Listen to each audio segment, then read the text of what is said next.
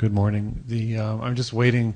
There's 3 different presentations, so they have to load them separately onto the computer. So it's just taking a second before we begin.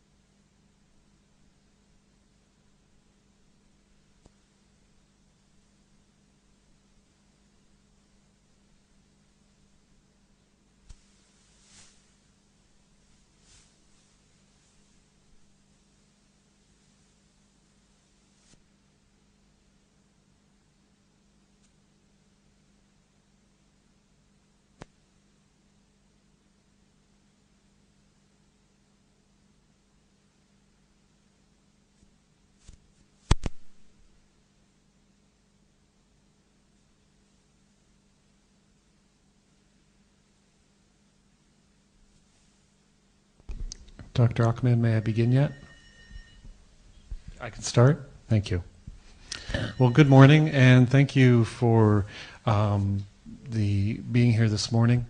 Thank you also for inviting me and allowing me to be part of your hospital for the past 2 weeks. I am deeply honored and very impressed by what I've seen and what I participated in. I met with Dr. Alla yesterday and Dr. Sharif, and at those times I expressed that the issues, the controversies, the management problems that you see here are identical to the problems I see at home. And so in many ways I feel we're 2 institutions just happen to be separated by a really big ocean. But I really do thank you. It has been a pleasure to meet different people, to have tours of the hospital, to hear about the patients, to meet some of the patients, and to meet all of you as well. So thank you. This morning I've broken this into 3 sessions. All are very short, so and will be available on the website, as Dr. Sharif had said a few days earlier. The first one, we're going to critically appraise an article and really look at applicability. Secondly, and just look at applicability and look at the situation where you can't find any evidence. Secondly, we'll just play a quick game show. I don't know if you have the TV show here called Jeopardy. It's a North American TV show from the US, and it's hosted by a Canadian, so that's why the Canadians watch it. And essentially, as I'll reinforce this as we go through, what happens in Jeopardy is that you are given the answer, but you need to say the answer as a question. So if somebody said the largest children's hospital for cancer in Egypt, the answer would be, what is Children's Hospital of Egypt? That's how you would do it. So you'd have to give it as the answer as a question. It's been a long-running TV show, so we're going to play a short game of that, and then I would just like to summarize some of the things that we've accomplished. So firstly, we're going to look at a systematic review, again, just to reinforce the techniques that you've gone through. And this is unfortunately for me the last time today, so that you'll be able to critically appraise a systematic review, and we'll complete a knowledge test about that. I just would like to review with you one more time that we've gone through different steps of evidence-based medicine over the past 2 weeks. The very first day, and we've been reinforcing this as we've gone through each of the sessions, each of the 8 different sessions, that you need to form a really good question. And those are questions that, sometimes to answer your knowledge, they are background questions. Who, what, where, when, why, and how.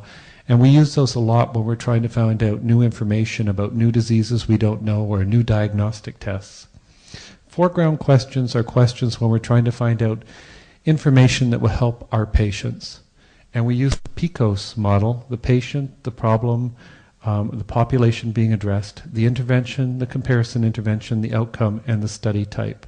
And we had an episode, we've reinforced that each of the sessions that we've gone through. Then the next step is finding the evidence. And we said there were 2 different types of evidence. There's quality filter evidence, And then there's, and those are things such as TRIP database, clinical evidence, Google Scholar, Cochrane database. And then there's search engines which will help you find quality, such as PubMed clinical queries. And I was talking to one of the physicians here yesterday, and one of the things that I didn't have an opportunity to remind you, that in the top right-hand corner of PubMed, no matter what page you're on, there's something called My NCBI. And there you can join free. It doesn't cost you anything. And the search, you can save your searches. So that if you're searching at work and you quickly want to save because you have to go off and resuscitate somebody, you just click the save button. And then you can go at home when you're at home and you can access that saved document. And that search is available for you. It's stored on a central search engine, central computer somewhere, I don't know where, but it allows you to search different things at different places and use that search over and over again if you're looking for the literature. So that if every month you wanted to review osteosarcoma, you would just click the search again and it would update your previous search. It's very helpful, especially if you have a very complex search that you've taken a little while to put together, that you may want to keep because you want to research more in. I keep I'm a generalist in pediatric oncology, but my areas of interest are osteo and Ewing's and rhabdo. So I have 3 different searches there, and about once a month or every other month, I just go in and click on and see what's new out there. So it's a very helpful technique to use. Then we went through the third step of evidence-based medicine, looking at validity of therapy articles, and we reinforced the concept of randomization, intention to treat analysis, and the idea of blinding or allocation concealment. And then we practiced on reading a few articles there. We went to a systematic review. We said the validity of a systematic review is slightly different. You have to look at the steps of evidence-based medicine. So what's the question? What's the literature search? What's the quality of articles? And specifically, one of the things we're always concerned about, publication bias in a systematic review. And then we concentrated on the concept of heterogeneity and why all the studies need to be similar to combine them and why we want a p-value that is closer to 1. So today I'd like to go through a clinical case scenario, quickly work with you appraising that systematic review, talk about application, and then doing an evidence-based medicine game. So a physician was on an airplane flight from Frankfurt to Cairo, and as he gazed out of the window of the plane, it was over the Mediterranean Sea, he was suddenly struck by the idea, what if he had to evacuate the plane in the parachute? And really, was there any evidence out there that parachutes actually worked? So he did a search, and he said, among pediatric oncologists on a flight from Frankfurt to Cairo, does a parachute versus no parachute lead to increased survival? And I thought that the best way would find that would be a systematic review, because that would be the best or the top type of evidence. I converted those in. I went to PubMed, and on the left-hand side of PubMed, you can select MESH headings, medical subject headings, and I thought, well, you're in an airplane, so it should be an airplane accident or an airplane death. So that actually mapped to aviation accidents. And parachutes actually map to protective devices. I pumped those into PubMed, and I got 102 articles, of which the fourth one was Parachute Use to Prevent Death and Major Trauma Related to Gravitational Challenge, a systematic review of randomized control trials by Dr. Smith. And that's the article you have with you. We can actually find most of the information because it is a structured abstract right in the abstract of the article. And so just to answer the 4 different questions as we go through to assess the validity of this article, the first question, did the review explicitly address a sensible clinical question? And if you look in the article, it's quite clearly stated in the objectives to determine whether parachutes are effective in preventing major trauma related to gravitational challenge. So the questions there, it's succinct, it's tight, it would be an interesting outcome for us. So the next thing I want to know, did they do an exhaustive and complete search? Well, they said within the body of the article that they searched for randomized controlled trials, which we have talked about are really good evidence. They did use they used Medline, they used Web of Science, which is another database that sort of cross-links with Medline and basic science research. They used the Elsevier database called Embase, remembering that about 60% of articles, 40% of articles will be found in only one. They went to the Cochrane Library, so a really good site. They looked at internet sites, and they looked at citation lists, and the words they used were parachute and trial. They wanted to be as broad as possible, so they didn't look for any language restrictions, and they included any studies that entailed jumping from a height greater than 100 meters. And they accepted that the intervention was going to be some sort of fabric device, usually called a parachute, secured by strings to a harness, and during a free fall with the purpose of limiting the rate of descent. And they excluded studies that were not randomized. So it sounds pretty good, like they were looking for the literature search. They were pretty broad and specific. So, quality of the articles. So they completed this search, and I tried it again last night. And our search strategy did not find any randomized controlled trials of a parachute. So we've got a really good research question. We've got a really good literature search. They've been very broad, but there's nothing out there. So what are we going to do? Well, we can't even assess the reproducibility. We can assess the reproducibility of this study here, as I did last night, but we're stuck with what should we do? Because we can't say that there's any results that we can analyze. We can't assess similarity or heterogeneity. There's no overall results, and there's no precision of those results because there's no results. Now, they did, in their article, say, they did give some, and this is a BMJ format that's helpful for quickly scanning articles. They said parachutes are widely used to prevent death and major injury from gravitational challenge, that the use is associated with adverse effects due to failure of the intervention, and studies of free fall do not show 100% mortality, and they actually have a reference for that in the article. I think it's reference number 4. What this study adds is that they couldn't find any RCTs. The basis for parachute use is purely observational, and its apparent efficacy could potentially be explained by a healthy cohort effect. And what they mean by that is only healthy people, fit people are using using parachutes, because if you're terribly sick, you're not going to be able to use a parachute very well. And then they said individuals who insist that all interventions need to be validated by an RCT need to come down to earth with a bump.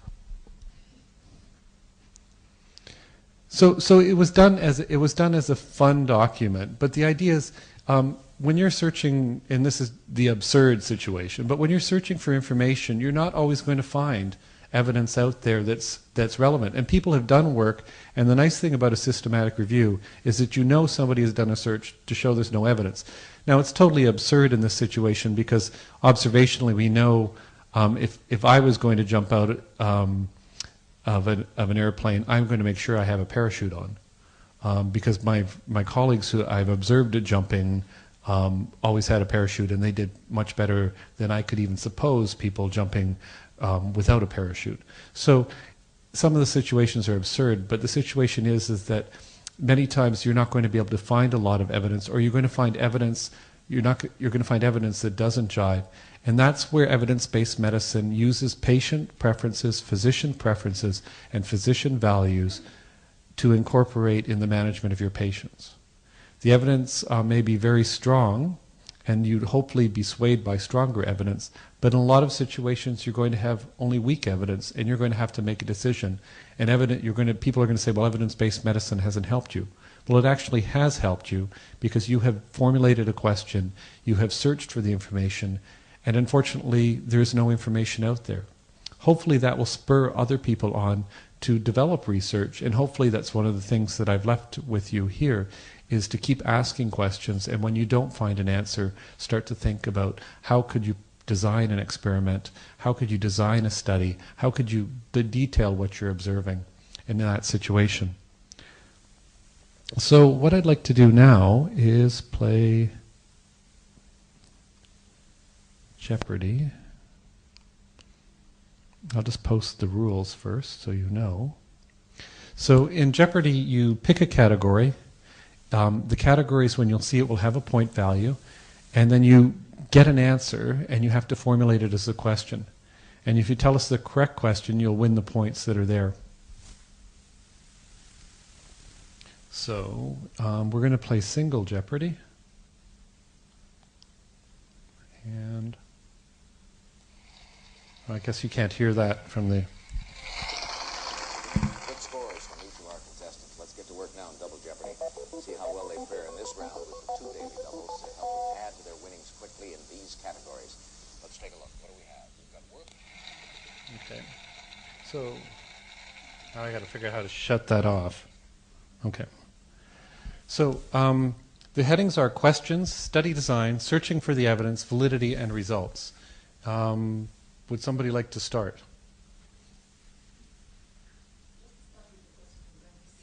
Okay, so we'll do question 1. So the question is, these kinds of questions ask for specific knowledge about issues related to managing a patient with a disorder. The question?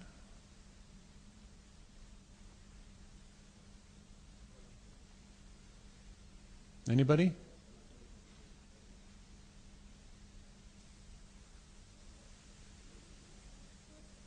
So I've lost my mouse. Oh, there we go. So you've heard this, and the answer are what are foreground questions, remembering that a foreground question is helping you manage care about a patient. So we've done 100. Does anybody want to... I'll go to the second 100, and the person who answers that question can then choose. The 4 most common types of well-built clinical questions that are asked. Okay, what are PICOs? Anybody else? Okay, I'm just losing my mouse again. Actually, these are the domains of the questions. PICOs is the format, but you're right. These are the domains. These are the therapy, the type of study, the diagnosis, etiology, harm, and prognosis. I'll ask you to choose a question for the next. Yeah, anyone. I just got to get my mouse back here. Study design for 100? So, a study design that involves an intervention, an investigator-controlled maneuver, such as a drug, a procedure, or treatment, and investigates the effect of the intervention has on the study subjects. The answer?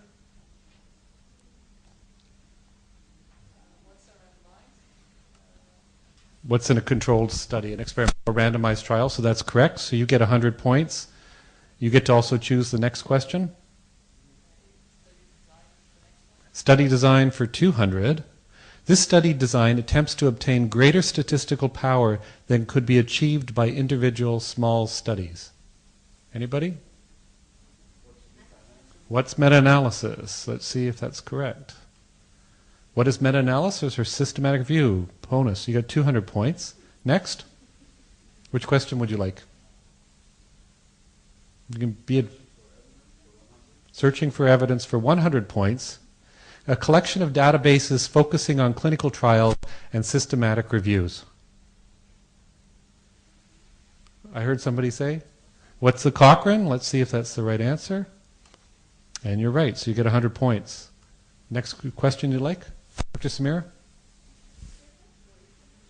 Results for just 100? You don't want 500? Okay. The proportional reduction in rates of harmful outcomes between experimental and control participants. It is calculated by dividing the rate of harmful outcome in a control group minus the rate of harmful outcome in the experimental group by the rate of the harmful outcome in the control group. CER minus EER over CER, used with a beneficial exposure or intervention. What is relative risk reduction? Bingo. So you get to choose the next one. Results 200. So you're sticking with results because you feel comfortable there? Okay. The absolute arithmetic difference, risk difference in rates of harmful outcomes between experimental and control groups, calculated as a rate of harmful outcome in the control group minus the rate of harmful outcome in the experimental group, CER minus EER, and the use is restricted to a beneficial exposure or intervention. Sorry? Okay, so we've got 2 answers. Let's see, they're both the same. What is absolute risk reduction? Good. So who wants to choose of you 2 for the next? Okay. Dr. Samira, you've been volunteered. Dr. Samira? Oh, you're not going to be adventurous and just go for 500? The probability that results as or more extreme than those observed would occur if the null hypothesis were true and the experiment were repeated over and over. A value of less than 0.05 means that there is a less than 1 in 20 probability of a result occurring by chance alone if the null hypothesis were true. P-value I heard back here. What p-values? So let's check that. Yes. Okay. I'm going to go back to... Oh, come on. You don't want to go for 500. Range between two values within which it is probable that a true value lies for the whole population of patients from which the study patients were selected. It's a range. What's the confidence interval? Let's see. I heard that answer first. See if you're right. Yes, what's the confidence interval for 400? Oh, 500, finally. The number of patients who need to be treated over a specific period of time to achieve one additional good outcome. It is the inverse of the absolute risk ratio, 1 over AR. When discussing it is important to specify the intervention, its duration, and the good outcome. Number needed to treat, I heard from, I think Dr. Samira was quick off the gun there. Yes, right. Okay. Dr. Samira? Study design 300. Case series control, case control, cross-sectional and cohort studies. So the answer that's been chosen is what is observational studies? Good point. 300 points for that. Study design for 400. Differences in results of individual studies included in a systematic review. What's the, I heard, sorry, forest plot or heterogeneity? Yeah. So that was Dr. Sonia, I think? Oh, sorry. Okay. What is heterogeneity? Good, so you get to choose the next. 500 study design? Okay. Answer, a 5-point score used to assess the quality of RCTs included in a systematic review. It is named after a Colombian gentleman. A Haddad score is the first answer off the mark. Let's see if they're right. That's the Haddad score, 500 points. Sorry, who answered here? I missed. Okay. So questions for 300. Patient or problem, intervention, comparison, outcome, and study type. I heard it down here. Pico? Good. Picos. So, who said Picos? Questions for 400. The 5 steps of the EBM cycle. How about the first 3 steps of EBM cycle?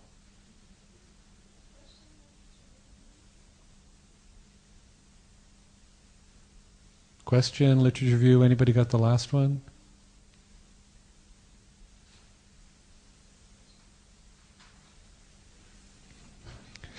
And critical appraisal will be the third one. That's what we've done. So I'm going to throw it out to the top. Up there, does somebody want to choose a point? Searching for evidence 200. Search strategies designed to retrieve high-quality evidence from published studies.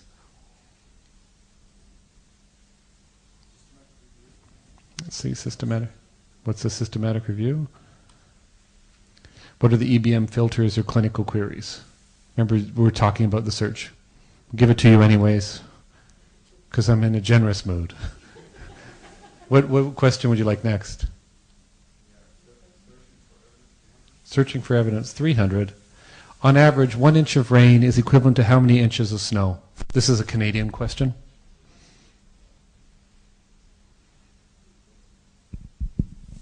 Anybody? Even a guess? So 1 inch of rain is equivalent to 1 inch of snow? Actually, it's about 10. Sorry, I know that's not evidence-based medicine. Pardon? Well, 1 inch of water would equal 10 inches of snow. Oh, I did? Okay, I can't go back, sorry. I guess I get deducted points for that. And I'll let you ask the next question. Searching for evidence, I'm waiting, here's the mouse. Occurs when the publication of research depends on the direction of the study results and whether they are statistically significant. So Dr. Samir says publication bias. Is she right? Yes. Dr. Samir? For questions for 500.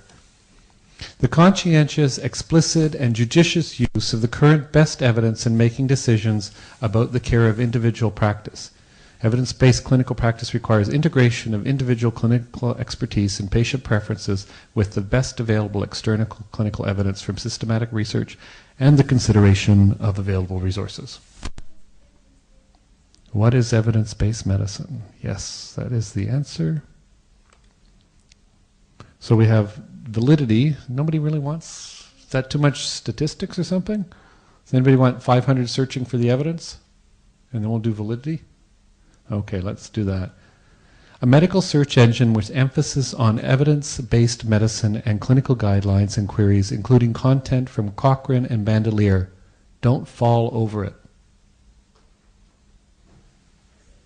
What's the TRIP database?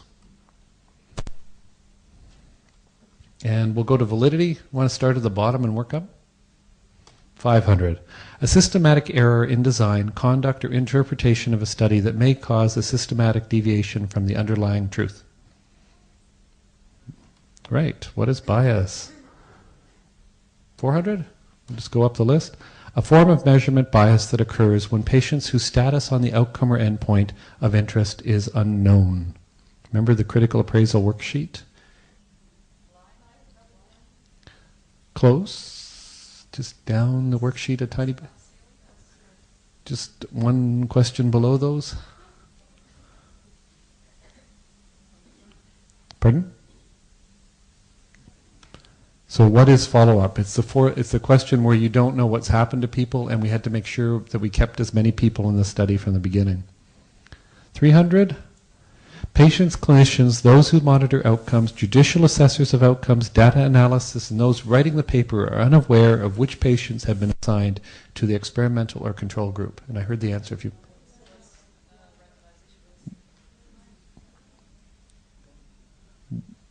I heard sort of parts of it, but this is actually the quality step we're looking at when we use the worksheet. Good. Blinding. And for 200, analyzing study participant outcomes based on the group to which they were randomized, even, I heard it already, intention to treat. So I do want you to remember that as you go through. So just the intention to treat analysis is important. And the very last one, the very last question, validity for 100 points, when putting individuals into groups by chance, usually done with the aid of a table of random numbers. And bonus, yeah, what's randomization or random allocation? And we're finished that. So I'd just like to take a second and summarize again where we are. I just want to quickly walk through what you've accomplished to remind you that you can do evidence-based medicine, and you have done it for the past 2 weeks, and encourage you forward into the future at this hospital. So there's some really good quotes out there. Don't confuse me with the facts. My mind's already made up. I wouldn't believe this even if it were true. And the essence of wisdom is the ability to make the right decision on the basis of inadequate evidence. Alan Gregg is actually one of our big pollsters that the government uses to find out if they're thinking the right way. But really these are statements that you're going to have to deal with any time that you say that you're using evidence-based medicine. There is some resistance out there, and you've probably felt it at different times, and you may still have some here, and that's okay. But if you can walk away from here and ask questions, then you're miles ahead of where we started 2 weeks ago. So we went through, just quickly, we went through background questions that they were composed of 2 parts, and then we looked at foreground questions and PICOs. Then we went through finding the evidence, we looked at PubMed clinical queries, and then these are 4 really good examples of quality filtered literature sources. As I think several people have tried TRIP database, it's quite useful. As you saw, it also gives you the access to e-textbooks right off the site. So it saves you time searching, and it gets you where you need to go. And you can also use Medline because it's built right into it, and it's free. Then we went through validity and results, and we calculated and we played with relative risk reductions, absolute risk reductions, and we talked about number needed to treat. We did systematic review, and we looked at heterogeneity and p-values. Well, what are you capable of doing? You've shown me over the past 2 weeks that you're very capable of composing well-built clinical questions using PICOS. From talking to several of you and different situations, it's quite clear that people are starting to feel comfortable using quality filtered literature sources, such as through the TRIP database. I showed you that using a worksheet in critical appraisal is quite simple and a stepwise approach to assessing the clinical health literature, and that answering clinical questions that are important to you and your patients is what will motivate you to be evidence-based. In the future, unfortunately, it's the tip of the iceberg. We've only covered a very small part of evidence-based medicine, but you've covered 2 of the 5 steps quite comfortably, and you're starting into critical appraisal of articles. So really, to build a children's hospital that uses evidence-based medicine to have the best practice for all our children. It'll benefit your children here, it will benefit children around the world as you start to publish information, it will benefit the children that I care for in northern Alberta. So having pediatric oncologists who are evidence-based is the real goal, because that's why we're all doing it, is for the children, be they children in Egypt or children in Canada. That's why we do evidence-based medicine, because we want the best practices possible. And hopefully, if you use this, you'll be perceived and then knowledgeably known to be a leader in child health in Egypt, if not Africa, if not the Middle East, and if not the world. I don't know, I use Google Translator. I don't know if that says exactly what I said in English, but Google Translator, I didn't check the evidence of how good it is, but I just wish you all the best in your journey of evidence-based medicine.